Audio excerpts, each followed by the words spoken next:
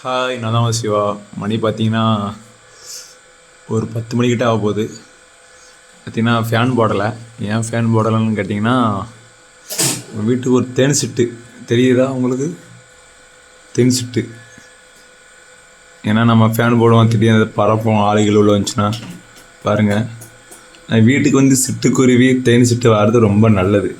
உண்மையில் பார்க்க ஃபன்னாக இருக்கலாம். சில நாய்கள்லாம் அதை இருக்கலாம். எனக்கு தெரிஞ்சு வந்து வீடு தேடி வருமா ஏதாவது சிட்டுக்குருவி. அப்போ 5G மொபைல் யூஸ் பண்ணுறேன் நான் மட்டும் இல்லை, எல்லாருமே 5G யூஸ் பண்ணுறனால இப்போ ஏகப்பட்ட குருவினங்கள் எல்லாமே அழிஞ்சிட்டு வருது. தப்பு தான், என்ன பண்ணுறது. ஏன்னா வந்து உலகத்தில் வந்து ஒன்று வந்து வாழணும்னா ஒன்று போனால் தான் உண்டு. சிட்டு இது வந்து தேன் சிட்டு தெரியுது, நல்லா பாருங்கள். நான் வந்து வீடு வேறு ஒரே புழுக்கமாக இருக்குது, ஃபேன் போடலை.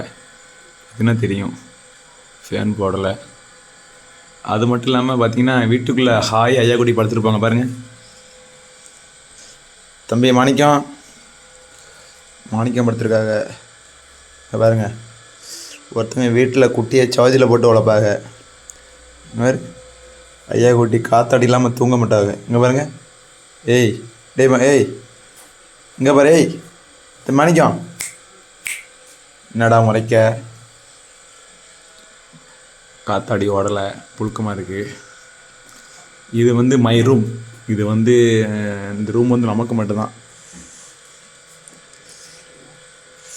அந்த பழைய காலத்து டிவி இருக்குது. இது வந்து நான் மட்டும் வந்து யூஸ் பண்ணுற மை பெட்ரூம். ஆனால் காத்தாடி போட்டு தூங்கிடலான்னு பார்க்க முடியல. He's my room.